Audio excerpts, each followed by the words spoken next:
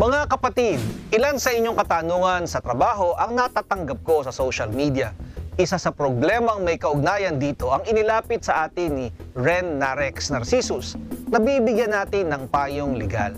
Ako po si Rene Boy Orino. May katanungan lang po ako kay attorney. Yung kapatid ko po kasi nagtatrabaho sa call center at isa po siyang team leader. Siya po ay namatay noong June 5, 2024 at siya po ay nagtrabaho sa company ng almost 5 years and 7 months. Nang kinuha po namin ang last pay ng kapatid ko at ayon sa breakdown na ibinigay ng company, ang makukuha lang ng kapatid ko ay yung mga natitira niya lang na araw na kanyang pinasok o pinagtrabahuhan at ang kanyang 13th month pay.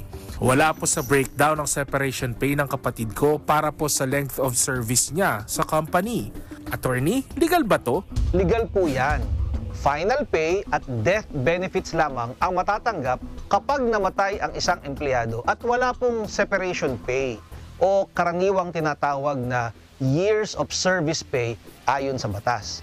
Pwede lang pong makatanggap ng separation pay ang isang empleyado kung siya ay tinanggal sa trabaho dahil sa authorized causes nung pagbabawas ng kumpanya ng kanilang mga empleyado dahil sa installation of labor-saving devices tulad ng retrenchment at redundancy. Maaari ding mag-demand ng separation pay ang isang empleyado na tinanggal sa trabaho ng walang dahilan o labag sa batas.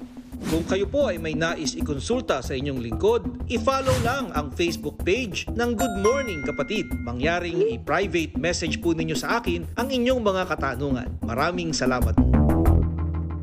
Mga kapatid, Justin Quirino po. Masayang kwentuhan at makapulahang informasyon ang hatid namin tuwing umaga. Kaya mag-subscribe na at mag-follow sa social media pages ng News 5.